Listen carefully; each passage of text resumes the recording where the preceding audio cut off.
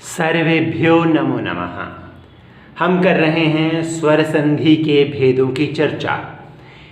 इस कालांश में, कक्षा के इस अंश में हम करेंगे गुण संधि की चर्चा।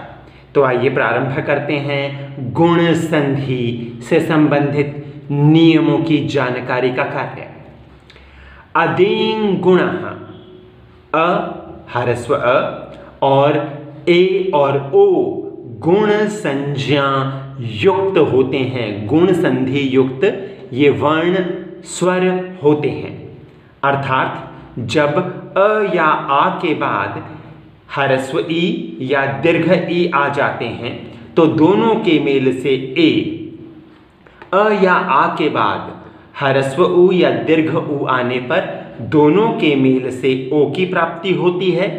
अ या आ के बाद री या री हो तो दोनों के मेल से अर, तथा इसी प्रकार अ या आ के पश्चात यदि री की प्राप्ति हो तो दोनों के मेल से अल स्वर की प्राप्ति होती है। क्षमा चाहूंगा, अल आदेश हो जाता है, अल स्वर नहीं है। री किस्त ल अ जमा आ, क्षमा चाहूंगा, अ आ जमा री दोनों के मेल से अल की प्राप्ति होती है। यहां पर एक तालिका के माध्यम से आपको दिखाया गया है इसी नियमावली का विस्तार जो गुण संधि संबंधित है। आइए दृष्टिपात करते हैं। ह्रस्व अ ह्रस्व ई दोनों के मेल से प्राप्त हुआ ए, दीर्घ आ ह्रस्व ई दोनों के मेल से प्राप्त हुआ ए, ह्रस्व अ दीर्घ ई दोनों के मेल से प्राप्त हुआ ए, दीर्घ आ दीर्घ ई दोनों के मेल से प्राप्त हुआ ए। कहने का तात्पर्य है अ या आ का जब ई या ई से मेल हो तो दोनों के मेल से हमें ए स्वर की प्राप्ति होती है गुण संधि के नियमानुसार। इसी तरह से ह्रस्व अ हो या दीर्घ आ हो, दोनों का मेल यदि ह्रस्व उ या दीर्घ उ से हो तो दोनों के मेल से ओ की प्राप्ति होती है।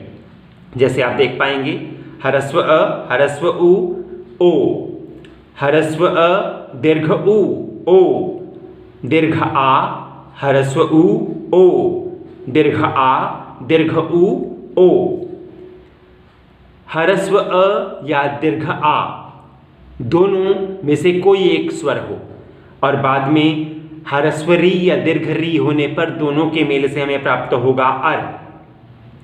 इसी तरह से ह्रस्व अ या दीर्घ आ का जब री से मेल होता है, री का दीर्घ रूप नहीं होता, हम सब जानते हैं, तो री से जब मेल हो तो हमें अल की प्राप्ति होती है। तो इस प्रकार ये नियमावली इस मंजूषा के माध्यम से स्पष्ट की गई है। आइए उदाहरणों के माध्यम से इस संधि के नियम को और विस्तार पूर्वक जानते हैं।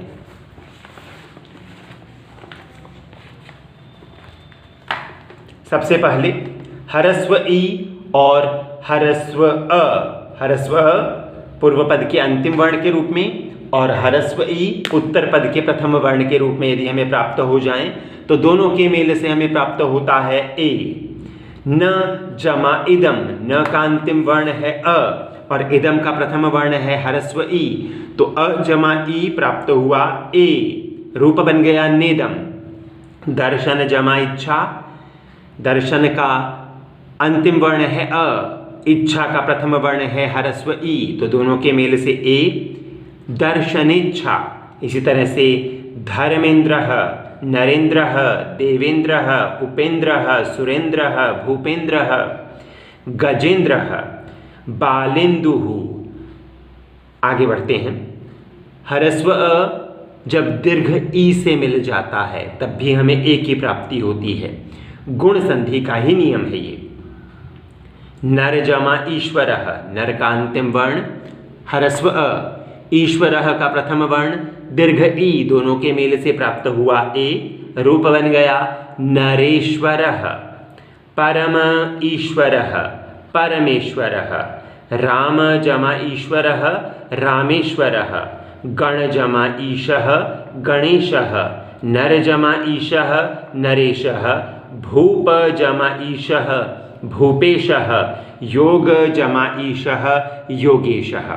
अब ध्यान दीजिए, यहाँ पर इन सभी पदों का अंतिम वर्ण है ह्रस्व अ और इन सभी पदों का प्रथम वर्ण है दीर्घ ई। दोनों के मेल से हमें एक की प्राप्ति हुई और एक जब हम इसे मात्रा के रूप में लिखते हैं तो एक मात्रा से युक्त ये स्वर होता है।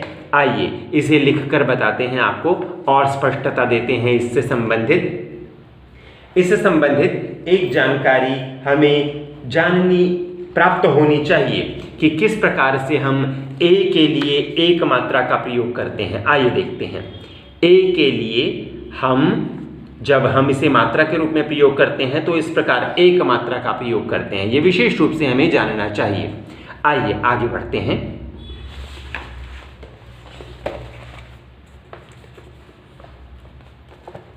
गुण संधि में हमें ए और ओ की प्राप्ति होती है, आई और औ की प्राप्ति वृद्धि संधि में होती है। अतः ए की चर्चा ही चल रही है अभी हमारे समक्ष। यदि दीर्घ आ ह्रस्व ई से मिल जाएं तब भी ए की प्राप्ति होगी। रमा जमा इंद्रः, रूप बन जाएगा रमेंद्रः। रमा का अंतिम वर्ण है आ और इंद्रः का प्रथम वर्ण ह्रस्व ई, तो दोनों के मेल से ए की प्राप्ति रमेंद्रः। इस प्रकार से ये रूप सिद्ध हो रहा है।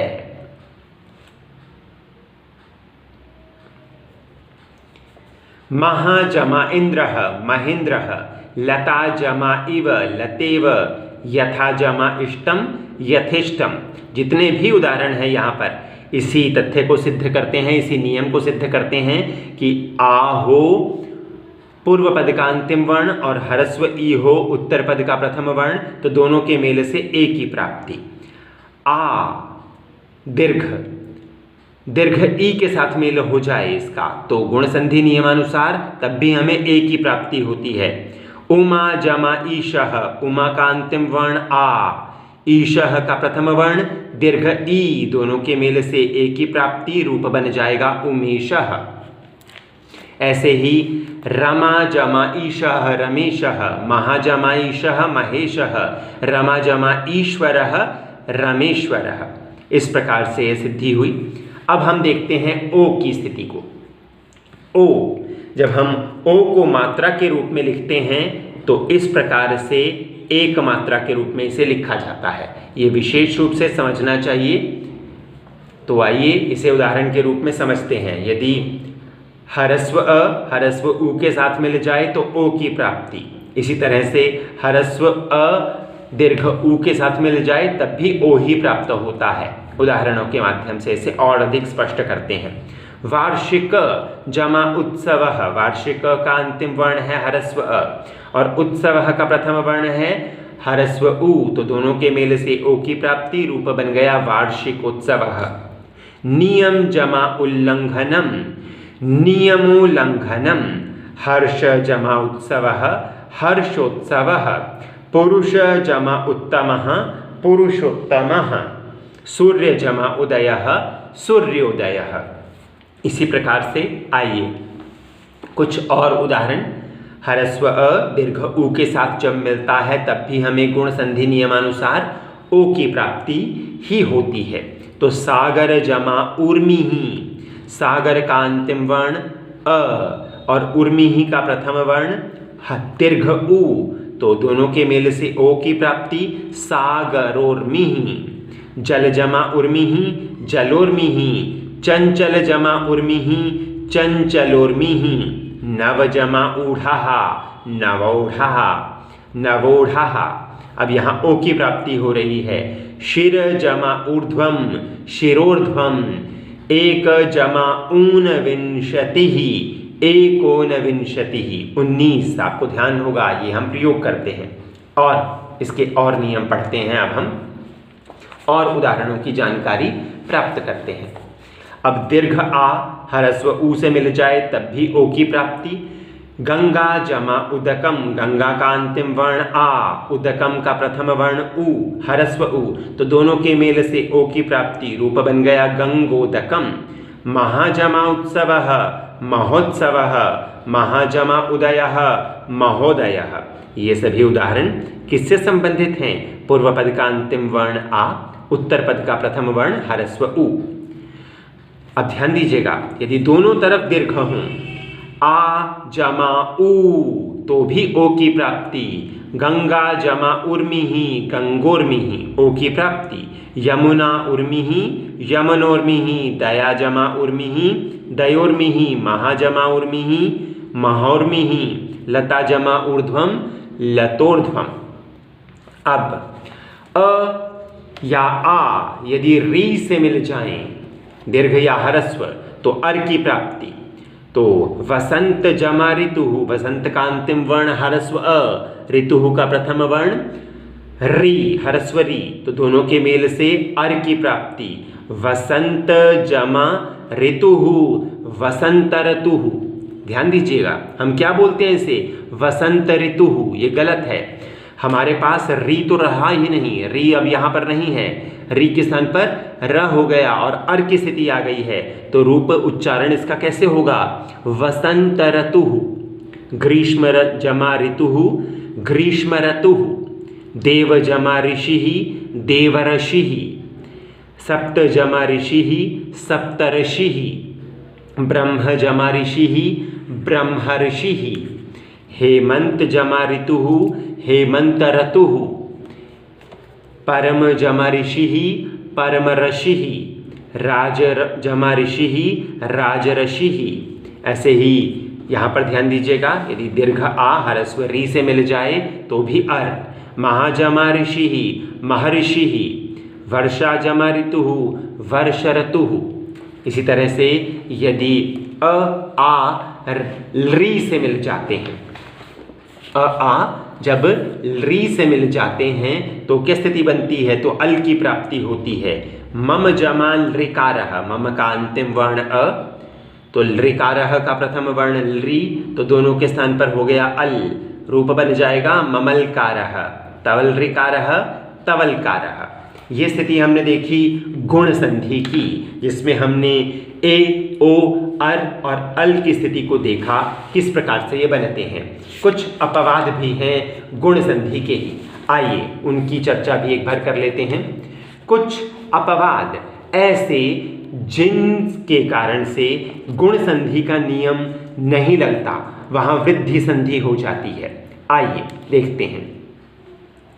जैसे प्र जमा ऊढ़ः, प्र का अंतिम वर्ण अ है और ऊढ़ः का प्रथम वर्ण ऊ है, दीर्घ ऊ, तो नियमानुसार ओ होना चाहिए था, परंतु प्रौढ़ः यहाँ वृद्धि संधि हो रही है। तो कुछ एक विशेष पद जो आप सबके समक्ष आ रहे हैं वो जानने चाहिए। परीक्षा की दृष्टि से जो हम कॉम्पिटिटिव एग्जाम्स के लिए जाते हैं, वहाँ पर ऐसे प्रश्न पूछे जाते हैं, तो हमें विशेष रूप से इनकी जानकारी प्राप्त करनी ही चाहिए। तो स्व जमा ईरम, स्व का अंतिम वर्ण अ और ईरम का प्रथम वर्ण ई, तो दोनों के स्थान पर होना चाहिए था ए, परंतु यहाँ पर क्या हो गया? स्वरैरम, तो ऐ प्राप्त हुआ, वृद्धि संधि हो गई। अक्ष जमा ऊहिनी, यहाँ पर अ जमा ऊ करने पर ओ की प्राप्ति होनी चाहिए, परंतु यहाँ पर औ की प्राप्ति हुई, अक्षौहिणी। प्रजमा ऋच्छति, प्रारच्छति, तो इस प्रकार से इसका हमने रूप देखा। इस प्रकार से ये गुण संधि के नियम भी समाप्त होते हैं। तो आज की कक्षा के लिए इतना ही। धन्यवाद, शुभकामनाएं, सर्वेभ्यो नमो नमः।